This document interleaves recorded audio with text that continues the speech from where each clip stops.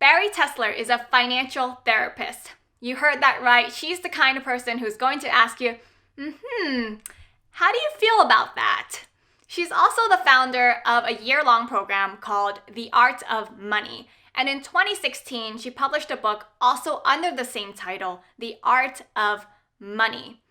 Now, during her entire time in grad school for her master's degree in psychology, not once did the curriculum ever cover anything at all related to money. Even though after she graduated and had her own practice, she found that money was a major stressor for individuals and couples. And money fights are the number one cause of divorce. So why is it that the curriculum never covered anything related to money? Who knows?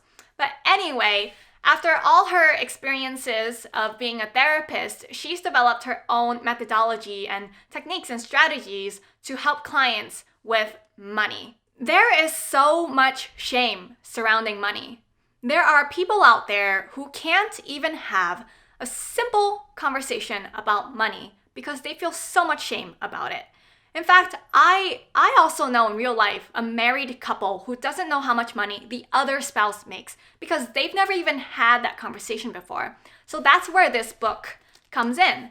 This book is all about how to have a healthy relationship with money, how to use money as the gateway or the doorway for practicing mindfulness in your day-to-day life, how to remove the shame that you feel about money, and instead how to feel forgiveness and compassion, love, gentleness, and self-care about money rather than shame. And there's tons of exercises in this book to help you get into the right emotional space to be able to, actually do money-related tasks like budgeting and tracking, saving, spending, investing. Because let's be honest here, unless you get in the right emotional space, you're always going to be paralyzed to take action. Just to give you an idea of what some of these exercises are before you decide to read this book or not. So one of these exercises is the body check-in, which is throughout the day, but also particularly when you're about to spend money or after you have spent your money, get aware of just how you're feeling in your body physically. Is there any sort of tension? Do you feel some sort of pain? Do you feel happiness? Like, what is it that you feel in your body? Do you feel some sort of tingliness or tightness in your chest? Get aware of just what is happening to your physical body. Another exercise is to have money dates with your partner. So that means to have a regular routine check-in with your partner to have a conversation about money, but you call it a money date. So, it's something that's supposed to be enjoyable for the both of you. That is to help you open up the gateway for communication with your partner because money is such a difficult topic to talk about. Another exercise is also decluttering your space. So making room in your physical environment so that you can be in the right space, create a safe space for you to do money-related tasks. Reading this book, I actually did walk away with a really profound and powerful exercise, which was renaming budget categories if you feel anything negative surrounding that category. So my goal this year for 2021, it's a personal goal of mine, it's to rebuild my wardrobe from scratch. So I don't know. So I'm not the same person that I was 5 years ago, but I've been wearing the same clothes from 5 years ago because I've just been so frugal and cheap and I just can't really bear to spend money on clothes because I don't think it's a necessity. But lately, I've always looked in the mirror before and I've seen an adolescent in my reflection. But nowadays, when I look in the reflection, I see a woman standing before me. So I feel like a woman, I am a woman, and my wardrobe just doesn't reflect that. So that's why it's my goal to build my wardrobe from scratch. But to be very honest with you, and I hate to admit this, I do feel very, very guilty about spending money on clothes. I logically understand I have a monthly budget toward clothing this year, and almost all the pieces I've been buying this year so far has been secondhand. So everything's definitely very affordable. I'm continuing to reach my financial goals. I'm on track to doing all of that. So I don't know. I just feel some sort of negativity surrounding it. I just feel so much guilt. I don't really know why I feel so guilty, because for any other woman, it's a perfectly normal thing to spend money on clothes. But perhaps this is just like a byproduct of me denying myself this expense for several years, because I wouldn't spend money on anything that's not a necessity and anything that wouldn't help me get ahead financially, because that was such an important goal of mine. So maybe it's that, but I don't know. I don't really care. The goal of mine right now is to solve this problem, this negativity that I'm feeling. So the exercise in this book, which is to rename categories, is very powerful for me, because instead of calling it a clothing budget, I'm going to call this my personal style budget, or my self-expression budget, because this is really what this is about. I'm spending money because I want to develop my personal style. I believe that before I turn 30 years old, I want to have a good sense of what my personal style is so I can present it to the world. It's also very important for me to express myself through my clothes. I know for a fact that other people in this world are going to look at me before I even open my mouth and they're going to place judgments on me. So I want to be able to put my best foot forward, and that's going to be through the clothes that I wear.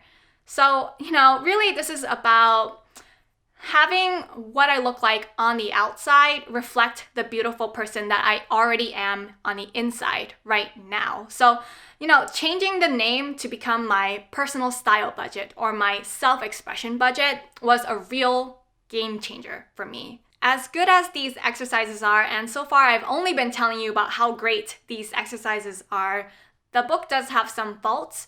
So for one, it wasn't really clear to me from the cover, the title, the back cover copy, anything, before reading it and picking up.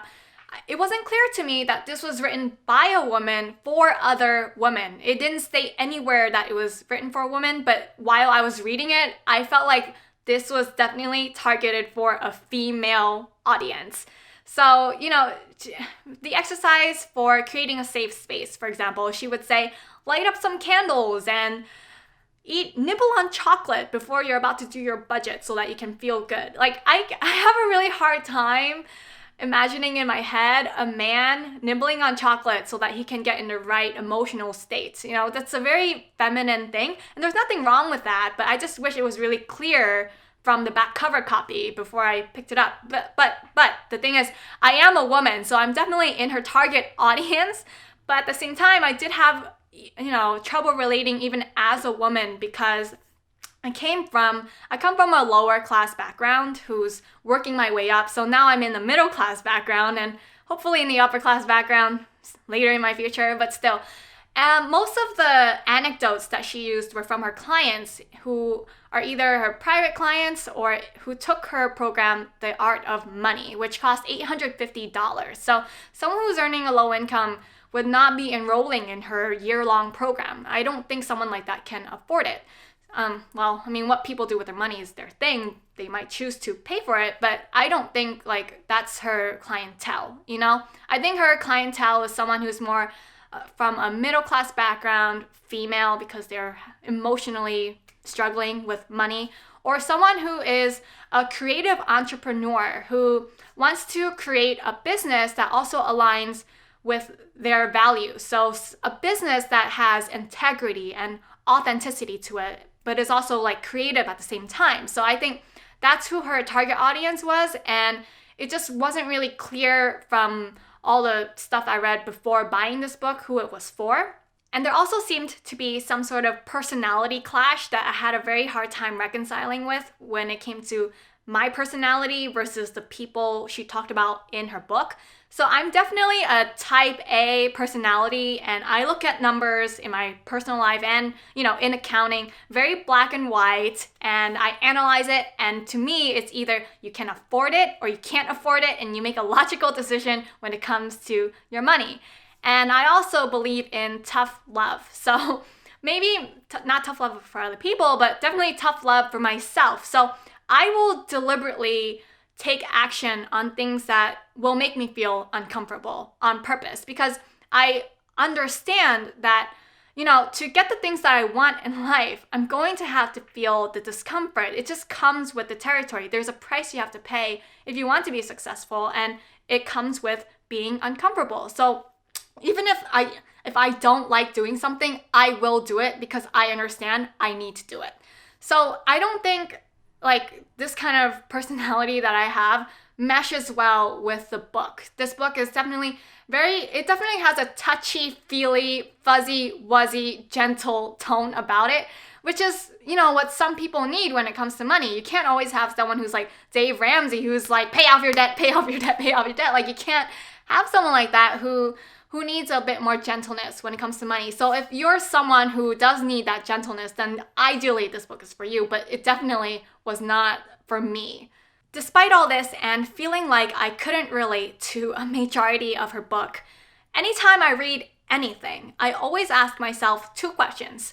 Number 1, what can I learn from this? And number 2, how can I apply this to my life? Because in my head, sometimes when I am facing a challenge, sometimes you don't need a gazillion ideas to overcome your challenge. Sometimes all you need is just one idea. And I was able to walk away from this book with one idea. And it's had a change in how I feel. So that's good enough for me. Just knowing that, I consider this a good book. Sure, I might not be, or you might not be, as a viewer, be in her target audience for this book. But I think if you're able to read a book with the mindset like, what can I learn from this and how can I apply this to my life? So regardless of your age, or whether you're high income or low income, whether you're a man or a woman, you should be able to read this book and still walk away with something, because there's not that many books out there that will talk about the emotions surrounding money and how to deal with them. So I consider this a good book.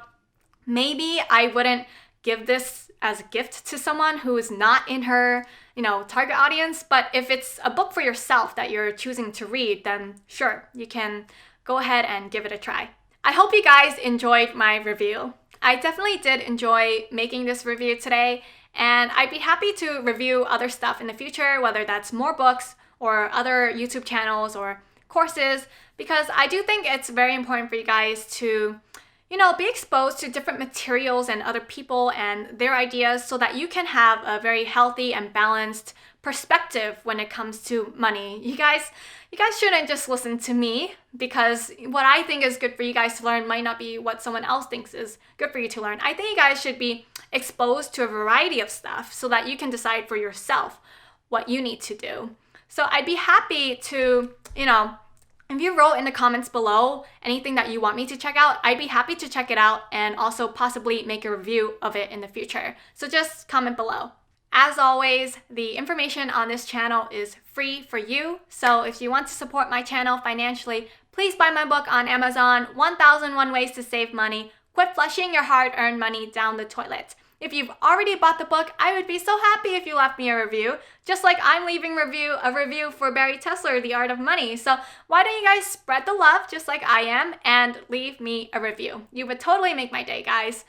If you guys want more content in the future, please subscribe and hit the bell icon for notifications. I'm trying to get on a weekly upload schedule, but it's been a little difficult. Sometimes I'll upload bi-weekly, but trying to get more content out there that will, change your perspective and your worldview when it comes to money. So do subscribe for more content in the future, and I will see you guys next time. Bye, guys.